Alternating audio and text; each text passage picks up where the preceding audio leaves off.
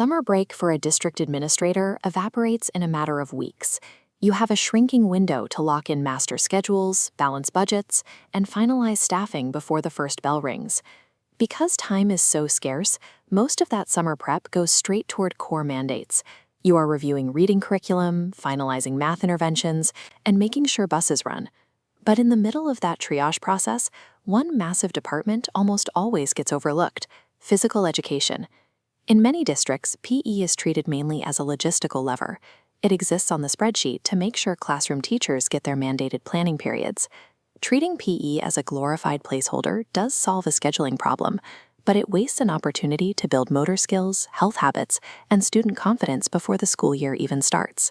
We assume PE programs are actively fostering health and fitness. Without oversight, though, many devolve into unstructured play, extended wait times, or essentially a second recess. These issues hide in plain sight. You might have elementary schools in the exact same zip code offering wildly different amounts of movement time, or teachers defaulting to dodgeball instead of intentional skill instruction. The fix is a structured summer PE audit.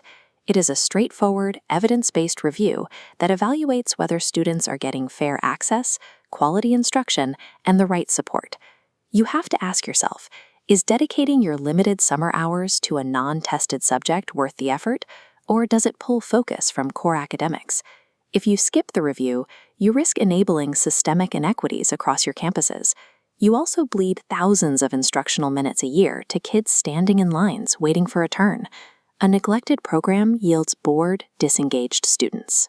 More importantly, it directly undermines any district-wide goals you have set for equity, wellness, and whole child development. To run a high-yield audit, break the evaluation down into this 4-part scorecard: access, instruction, assessment, and facilities. Starting with the access quadrant requires pulling the master schedule to compare PE minutes allocated across different schools.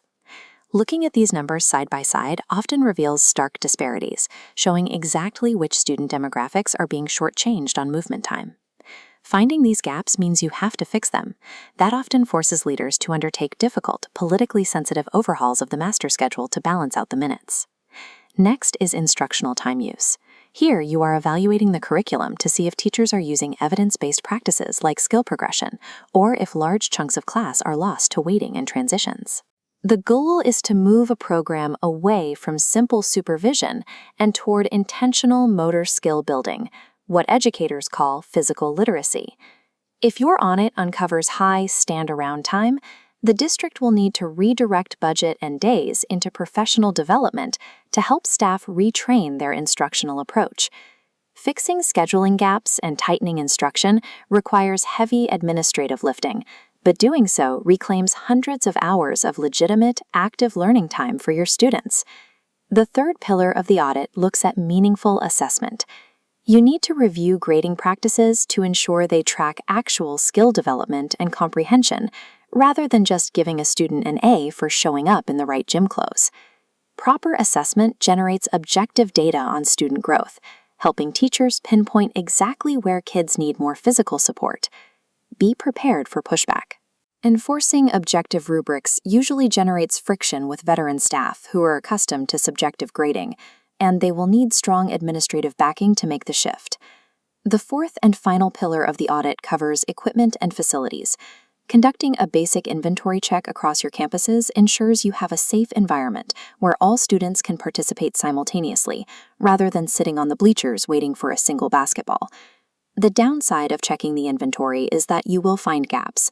Identifying those broken or missing items creates immediate budget demands right before the fiscal year begins. Auditing assessment and facilities surfaces immediate budgetary and personnel challenges, but ignoring them guarantees an unsafe, ineffective environment that severely limits student success.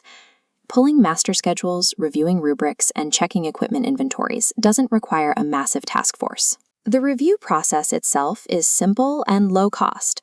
This chart maps summer tasks by administrative effort and systemic impact. Massive tasks, like a new math curriculum, plot in the top right quadrant: high effort, high impact. The summer PE audit plots in the top left quadrant, an optimal high-yield task for time-poor leaders. The act of writing the audit takes very little effort.